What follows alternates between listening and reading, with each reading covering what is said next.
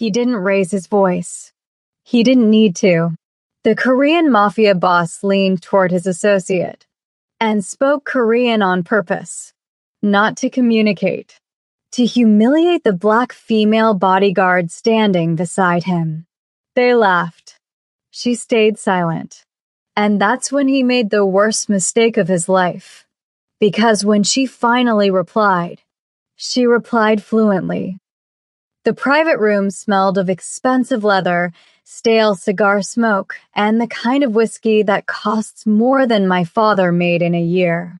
It was a heavy, suffocating smell, designed to make you feel small, designed to remind you that you were in the presence of money and power. I stood in the corner, my back pressed against the dark velvet wallpaper, trying to make myself invisible.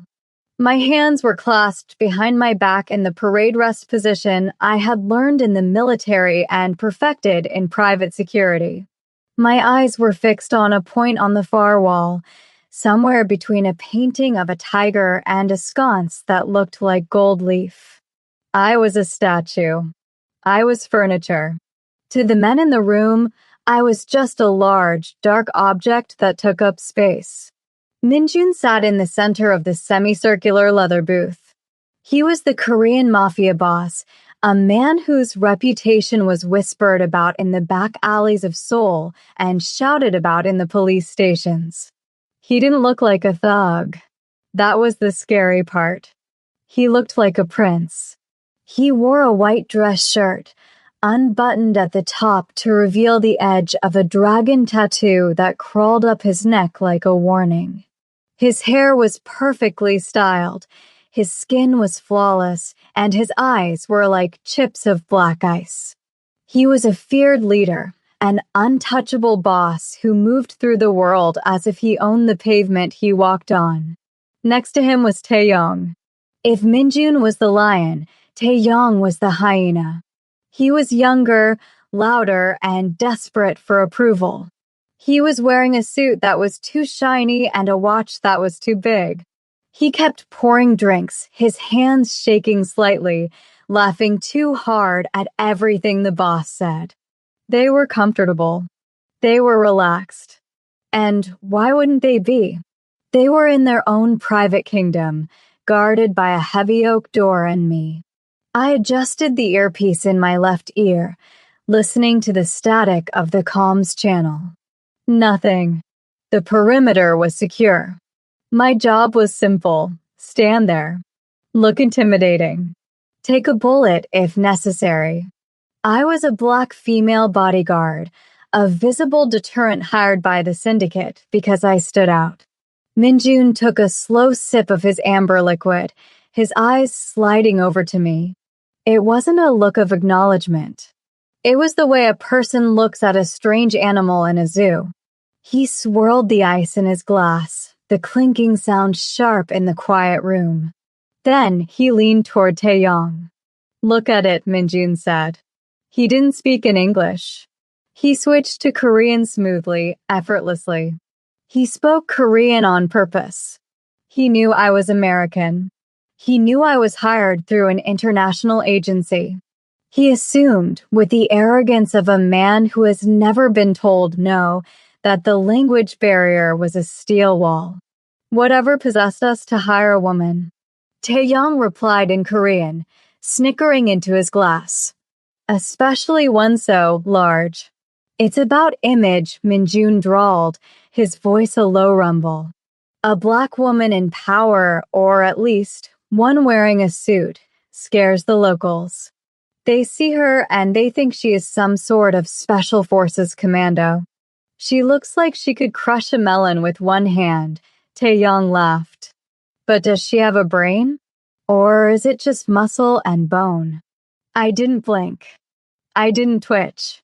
I breathed in through my nose, out through my mouth. Calm confidence was the only weapon I was allowed to carry in here. I knew exactly what they were doing. They were playing a game of humiliation. They were bored, and I was the entertainment. Minjun smirked, looking me up and down with open disdain. She stands so still. like a cow in a field, chewing on nothing. Do you think she knows we are talking about her? Taeyong asked, glancing at me with a cruel grin. Of course not, Minjun scoffed. Look at her eyes. Empty. She is thinking about. I don't know. Fried chicken? Isn't that what they like? The racism was casual. It was easy for them. It flowed out of their mouths alongside the expensive liquor. They were trying to humiliate me, to strip away my dignity layer by layer. They saw an underestimated Black woman and decided I was less than human. They saw my skin and my gender and decided I was deaf, dumb, and blind. If you are enjoying this story so far, please subscribe to the channel so you don't miss what happens next. I felt a spark of heat in my chest. It started in my stomach and worked its way up to my throat. It was the burning desire to speak, to react, to snap his neck. But I pushed it down. I buried it deep under years of training. Emotional discipline is the difference between a professional and a liability. If I reacted, I lost. If I showed emotion, they won. So I stayed silent. I let the disrespect wash over me. I remained the quiet Black woman they expected. I let them think they were safe. I let them think they were the smartest men in the room. Minjun laughed again, a dark, rich sound. She is just a prop, Taeyong. A decoration. Like that vase over there. Except the vase is prettier. They clinked their glasses together, toasting to their own cleverness, completely unaware that the prop in the corner was recording every single word. The hour dragged on, slow and agonizing. The air in the room grew heavier with smoke, turning into a blue haze that hung around the chandelier. The two men drank more. They loosened their ties. They kicked their feet up. The barrier between boss and subordinate thinned as the whiskey did its work, but the barrier between them and me only grew thicker. They had forgotten I was a person. To them, I was just part of the architecture. A Black professional woman in a suit was just a backdrop for their evening.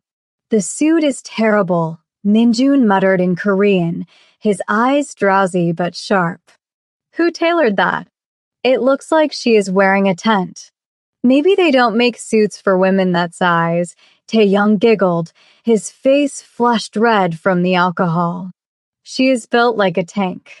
A tank in a tuxedo. It is an insult to the brand, Minjun agreed, swirling his drink. I should have her stand outside. She is ruining the aesthetic of the room. I kept my jaw unclenched, though my teeth wanted to grind together. I focused on the rhythm of my heartbeat. Thump thump. Thump thump. I focused on the exits. I focused on the job. My job was protection. Even if the person I was protecting was a bigot. Even if he was a monster. That was the contract. But as the alcohol flowed, the conversation shifted. It moved away from my appearance and into dangerous territory. They became sloppy. They became careless. They assumed that their linguistic fortress was impenetrable. Minjun sat up straighter, shaking his head to clear the fog of the drink. Enough about the giant, he muttered. Business. The shipment. It arrives tonight. My ears didn't move, but my attention sharpened to a razor point. This was crime syndicate business. This was the dark heart of the Korean underworld. Tonight? Taeyong asked, blinking. I thought it was next week. The timeline moved up, Minjun said, his voice dropping to a low, conspiratorial murmur. The supplier is nervous. He wants to offload at the docks. Section 4. Section 4. Taejong looked nervous. He switched to English for a brief second, looking at me. More ice. Now. I moved instantly. I didn't sigh. I didn't roll my eyes. I walked to the silver bucket, scooped fresh ice cubes into his glass with the silver tongs, and stepped back to my corner. I moved with quiet dominance, efficient, silent, invisible. "Thank you," he muttered in English, dismissive. Then he switched back to Korean immediately. "Is Section 4 safe?" "The police." "The police are paid," Minjun interrupted in Korean. "The captain is on the payroll. He will have his men looking the other way." "But—" He paused, a dark shadow crossing his face. "But what?" "The rival family. The Jang clan. They have been sniffing around. If they find out we are moving the product tonight, it could be a bloodbath." "We have security," Taeyong said, glancing at me. Minjun followed his gaze. He looked at me with a cold, calculating stare. It wasn't the look of a man looking at a protector. It was the look of a man looking at a tool. A disposable tool. "We have her," Minjun said, a cruel smile playing on his lips. "If the shooting starts, we use her. Use her." "She is the meat shield," Minjun said calmly. "She is big. She covers a lot of space. If the bullets fly, you push her in front. You get behind her. That is what she is for. That is why we hired a foreigner." I felt a chill go down my spine that had nothing to do with the air conditioning. She chose silence, but it was getting harder. "Think about it," Minjun continued, gesturing at me with his glass. "If a Korean guard dies, his family asks questions. There is a funeral. There is guilt. But her? If she dies, who cares? She is just a black female driver or guard. No one will miss her. She is disposable." The word hung in the air like poison smoke. Disposable. He wasn't just mocking me anymore. He was planning my death. He was strategizing how to use my body to save his own skin. He saw me as nothing more than biological armor. "Smart," Taeyong chuckled, nodding enthusiastically. "Very smart, boss. You think of everything." "She stands there," Minjun said, shaking his head. "Dumb. Deaf. Blind. She has no idea she is already dead. She probably thinks we are discussing the weather." Please take a second to like this video. It helps us bring you more stories like this. He looked me right in the eyes. He smiled. It was a smile of pure arrogance, a smile that said, "I own you." He was socially humiliating me in a way that cut deeper than any insult. He was laughing at my life. He assumed she didn't understand. He bet his entire existence on it. I looked back at him. I didn't glare. I didn't cry. I just watched. Silence isn't weakness. Sometimes it's the most dangerous thing in the room. I was gathering reconnaissance. I was learning his plans. I was learning the location, Section 4. I was learning the timing. I was learning that he had enemies. And most importantly, I was learning that he was wrong. He thought he was the hunter, teasing a trapped animal in a cage. He didn't realize he had just locked himself in the cage with a lioness. He laughed again, a sound that grated on my nerves like sandpaper. "Hey," he said in English, snapping his fingers at me like I was a dog. "You. Happy?" I nodded once, stiffly. My face remained a mask. "Yes, sir." "Good," he laughed, switching back to Korean. "Stupid woman. She smiles while we plan her funeral. She is simpler than a child." My hands curled into fists behind my back, the leather of my gloves creaking softly. The bucket was full. The disrespect had overflowed. I had heard enough. The atmosphere in the room was electric with arrogance. Minjun was leaning back, his legs stretched out under the table, feeling like the king of the world. He had spent the last hour tearing me down, confident that his words were hitting a brick wall. He felt safe. He felt superior. Taeyong, Minjun said in Korean, his voice slurred slightly from the whiskey. Ask her if she likes Korean food. Ask her if she knows what kimchi is. I bet she thinks it is a type of car. Or maybe a planet. Taeyong giggled, clearly drunk on the proximity to power. He loved this game. He loved kicking someone who couldn't kick back. Boss, you're terrible. You're so mean. I am honest, Minjun smirked. Ask her. I want to hear her try to say it.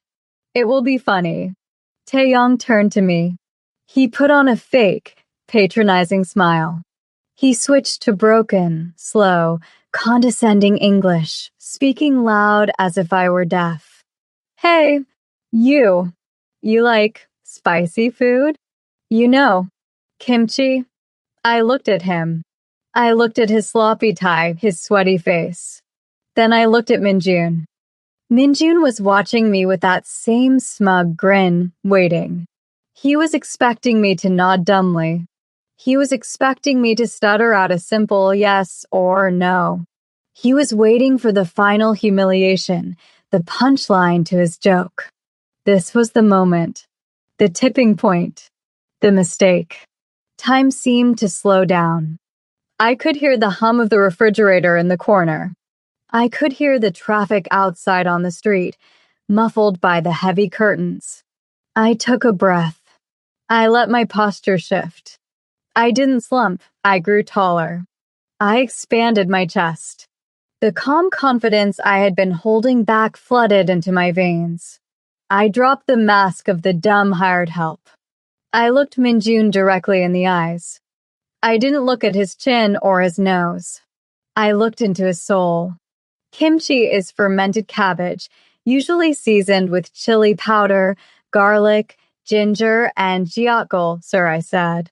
But I didn't say it in English. I said it in fluent Korean.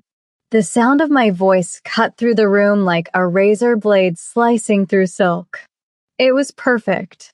The intonation was Seoul standard, with just a hint of the Busan dialect I had picked up from my years living there. The grammar was impeccable. I used the correct honorifics, giving him the high respect his rank demanded, which only made the sting worse. It was the language of a native, spoken by the woman he called a cow. Everything changed in a split second. Minjun's smile didn't just fade, it vanished. It was like someone had slapped the expression off his face. The glass in his hand stopped halfway to his mouth. His eyes went wide, the pupils contracting into pinpricks. He stopped laughing. Taeyong choked on his drink. He started coughing violently, hacking and sputtering as he stared at me in horror, whiskey dripping down his chin. I didn't stop. I didn't stutter. I didn't retreat. And I continued, my voice smooth and controlled, still speaking native-level Korean. I would advise against Section 4 at the docks tonight. The police shift changes at 2 a.m., but the harbor master is new. He is a man named Detective Choi. He hasn't been bribed yet. He is strictly by the book. If you go to Section 4, you won't just meet the Jang clan. You will meet the SWAT team. You would be walking into a trap. The silence that followed was deafening. It was heavier than the heavy oak door, thicker than the cigar smoke. The room went silent. Absolutely silent. You could hear the ice melting in the glasses. You could hear Taeyong wheezing. Minjun stared at me. His mouth opened slightly, but no sound came out. The shocked expression on his face was a masterpiece. The Korean Mafia boss, the man who feared nothing, looked like he had seen a ghost. He looked like the floor had just vanished beneath his feet. He realized too late. The truth came too late. He had spent the last hour insulting me. He had called me a cow, a tent, a prop. He had threatened me. He had planned my death. He had called me stupid. And I had heard every word. I had understood everything. I wasn't just a bodyguard. I was an intelligent Black woman who had spent 5 years in South Korea working high-level security details. I had studied the language at a university level. I had immersed myself in the culture. I knew the slang. I knew the politics. I had mastered his world while he was busy mocking mine. You, Minjun whispered in Korean. His voice cracked. It was a weak sound. The dangerous man sounded like a frightened child caught stealing candy. You understand. I kept my face impassive. No emotion. No pride. Just cold, hard facts. I didn't gloat. I didn't smile. I understand everything, sir, I replied in Korean, my pronunciation crisp and clear. I understand that my suit fits poorly. I understand that I am a meat shield. I understand that I am disposable. And I understand that you underestimated me. Subscribe right now if you think you deserve that. Taeyong looked like he wanted to crawl under the table and die. He was pale, sweating profusely. He had been laughing the loudest, and now he was the most exposed. He looked at Minjun, terrified of the fallout. Minjun slowly set his glass down on the table. His hand was shaking. Just a little. But I saw it. The power shifted. It flowed away from the man in the expensive suit and settled on the woman standing in the corner. He looked at me with new eyes. He didn't see a novelty anymore. He didn't see furniture. He saw a predator who had been hiding in plain sight. He saw an equal. Why? He asked in Korean, his voice barely audible. Why didn't you speak? Why did you let us say those things? Because you didn't ask, sir, I said simply. And because a bodyguard listens more than she speaks. Information is protection. And tonight, my silence gave me the information to save you from arrest. I let the words hang there. It was a lesson in emotional control. I hadn't let my anger control me. I hadn't snapped when he called me names. I had waited. I had waited for the moment of maximum impact. The unexpected reply had shattered his reality. He looked at me, and for the first time, he didn't see a color or a gender. He saw a force of nature. The air in the room crackled with tension. Watch his face when he realizes the depth of his error. It wasn't just embarrassment. It was fear. He had revealed his crimes, his plans, and his weaknesses to a stranger. He had handed me the keys to his destruction, thinking I didn't know how to drive. Section 4, he muttered, his mind racing, trying to catch up. How do you know about the harbor master? I do my job, sir, I said, maintaining my quiet dominance. I research the locations. I scan the local news. I protect the principal, even when the principal thinks I am disposable. Even when the principal laughs at me, the word hit him like a physical slap. He flinched. He actually flinched. This is where everything changed. The dynamic of the room had flipped upside down. The boss was no longer the boss. The servant was the master of the situation. I stood tall, my hands clasped behind my back. I was the only one in the room who was calm. I was the only one who was in control. And I watched as the great Korean Mafia boss struggled to find his voice in his own language, humbled by the Black female bodyguard he had tried to break. The silence stretched out, thin and brittle, snapping with every second that passed. Minjun looked at me, really looked at me, for a long time. He was processing the shock. He was recalculating everything he thought he knew about the world. He was a man who prided himself on reading people, on seeing the angles, and he had missed the biggest angle in the room. Sit, he said. It wasn't a command. It was a request. An invitation. I prefer to stand, sir, I replied in Korean. I am on duty. Sit, he repeated, his voice firmer but lacking the mockery from before. He pointed to the empty leather seat across from him. Please. The word please was foreign in his mouth. It sounded rusty. A man like him didn't say please to the help. A man like him didn't say please to anyone. I hesitated for a second, weighing the situation.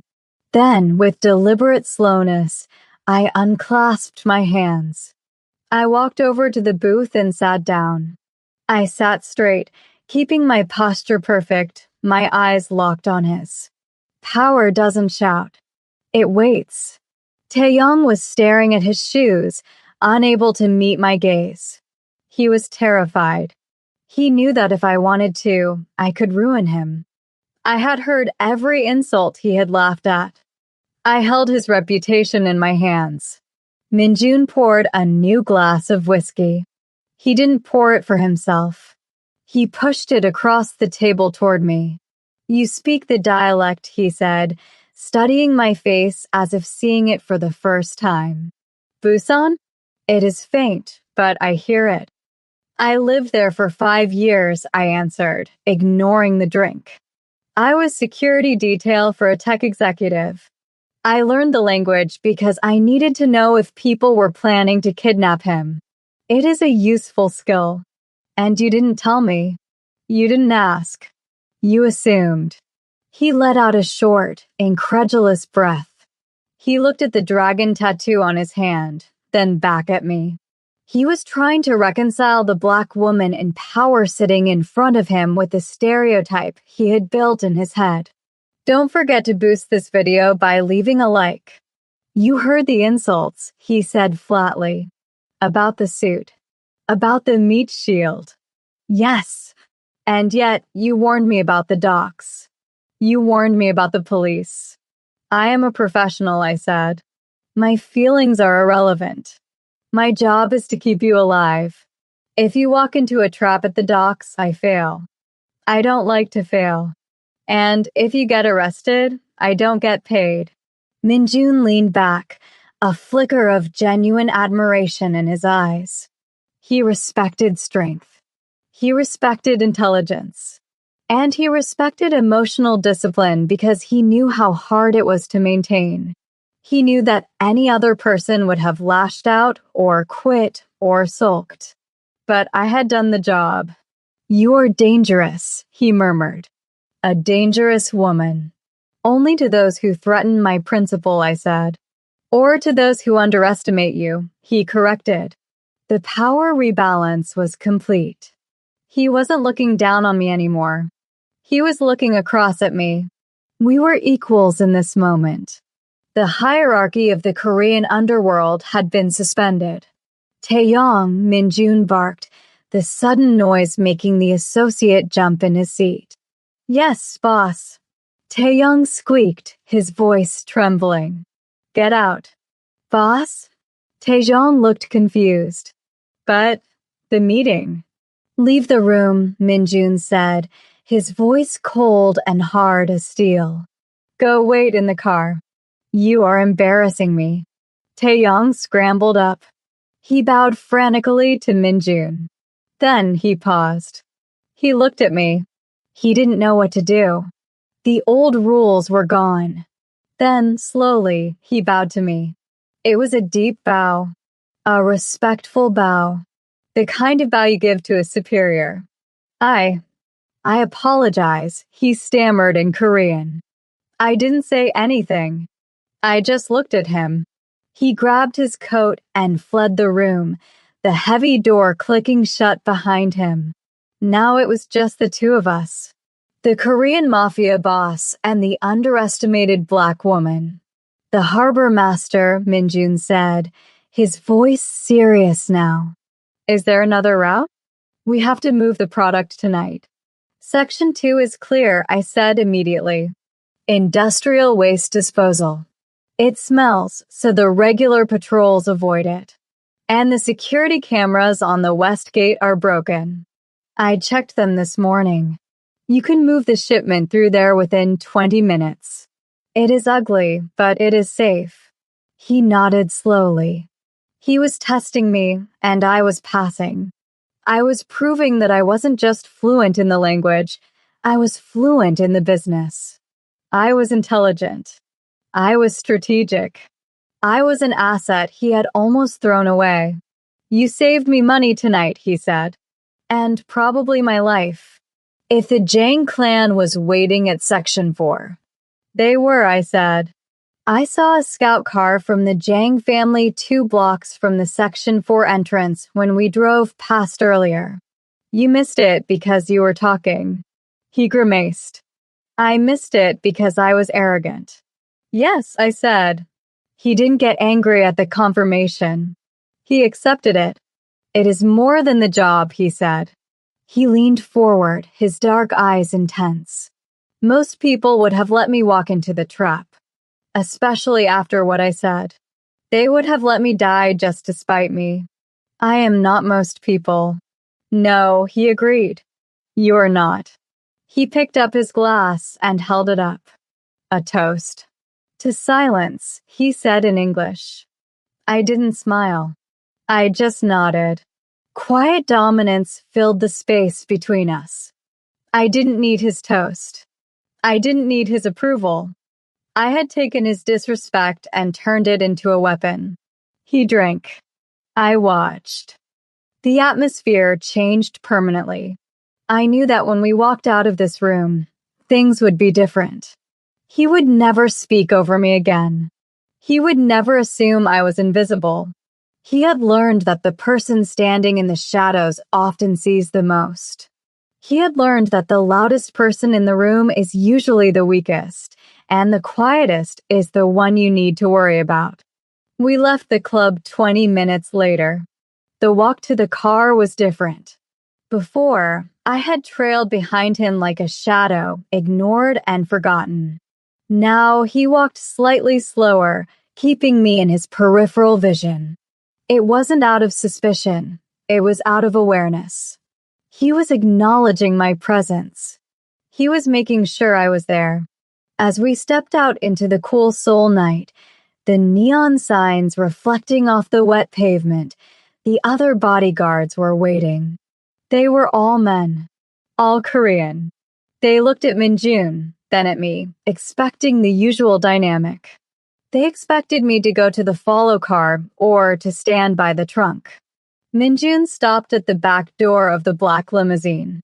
Usually, I would rush to open it for him. That was the protocol.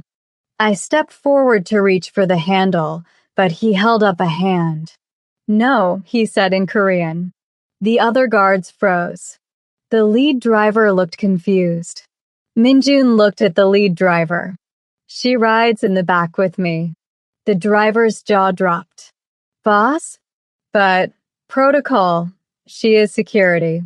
New protocol, Minjun said, his voice cold and final. She is my personal detail now. She is the only one who listens. The rest of you just talk. He opened the door himself. He held it open. He gestured for me to get in. It was a small gesture, but in the world of the Korean underworld, it was an earthquake. The boss never opens the door, especially not for the hired help, especially not for a foreigner. It was a public declaration of a shift in status. I got in. I sat on the plush leather seat. He slid in next to me. As the car pulled away, gliding through the neon-lit streets of the city, the silence in the car wasn't tense anymore. It was companionable. It was the silence of two people who understood exactly where they stood. Minjun pressed a button on the intercom. Change of plans. We're going to Section 2. And call the harbor master at Section 4. Tell him he is replaced. Tell him to expect a visit. He released the button and looked at me. Section 2. You're sure? I'm always sure about security, sir. I checked the logs myself. He chuckled. A real laugh this time, not the cruel cackle from the bar. It was a tired laugh, the laugh of a man who realized how close he had come to the edge. I believe you. He looked out the window at the passing city. What is your name? You have my file, sir, I said. It was on your desk. I didn't read the file, he admitted, looking at his reflection in the glass. I looked at the picture. I saw a black woman. I saw a stranger. I made a judgment. I was wrong. Tell me your name. Jordan, I said. Jordan, he repeated. He said it with respect. He didn't mock the pronunciation. He tasted the syllables. Jordan. It is a good name. Strong. It means to flow down, I said. Like a river. And rivers can be dangerous, he mused. They can drown you if you do not respect the current. He turned to face me fully. The streetlights flickered over his face, illuminating the dragon tattoo. Tonight, you taught me a lesson, he said quietly. I thought language was my wall. I thought it kept me safe from outsiders. But you walked right through it. Walls don't work if you leave the gate open, I said. He smiled. Taeyong, he will not be joining us anymore. He talks too much. He thinks too little. I need people who think. Comment below what you think happened to Taeyong. The consequence of that night rippled out for months. The Korean Mafia is a world built on hierarchy and tradition, but Minjun broke tradition. Taeyong was demoted to guarding a warehouse in the countryside, far away from the city and the whiskey. I became the head of Minjun's personal security detail. The other men grumbled at first. They didn't like taking orders from a woman, let alone a foreigner. But when they saw how the boss treated me, with absolute trust and deference, they fell in line. They realized that disrespecting me was disrespecting him. I was no longer the black female driver. I was the right hand. I sat in meetings where millions of dollars were moved. I stood by his side during negotiations with rival clans. I was there when he expanded his empire. And every time a new associate or a rival boss tried to speak in code, tried to use a dialect they thought I didn't know, or tried to insult me in Korean thinking I was just a dumb bodyguard, Minjun would just smile. He wouldn't get angry. He wouldn't shout. He would just look at them, then look at me. Be careful, he would say to them in Korean, his voice silky and dangerous. She hears everything. And she remembers everything. It became our inside joke. Our weapon. People started to fear me. Not just because I was strong, but because I was the silent vault of all their secrets. They stopped seeing me as furniture and started seeing me as a sphinx. I never forgot the look on his face that night in the private room. The shock. The fear. The realization that he was naked in front of someone he thought was blind. It was a lesson in humility that a man like him rarely learned, and it saved his life. And I never let him forget it. I didn't have to use words to remind him. I just had to stand there. Silent. Watchful. Quiet dominance isn't about shouting orders. It isn't about violence. It's about knowing fewer when the world tries to tell you otherwise. It's about letting them dig their own grave with their insults and then quietly handing them the shovel. Minjun thought he had hired a shield. He found out he had hired a sword. And in a world full of noise and empty threats, he realized that the most valuable thing he possessed was the woman who knew when to speak and, more importantly, when to stay silent. That day, the Korean Mafia boss learned something he never forgot. Never assume silence means ignorance, especially when it belongs to a black woman who chose not to speak.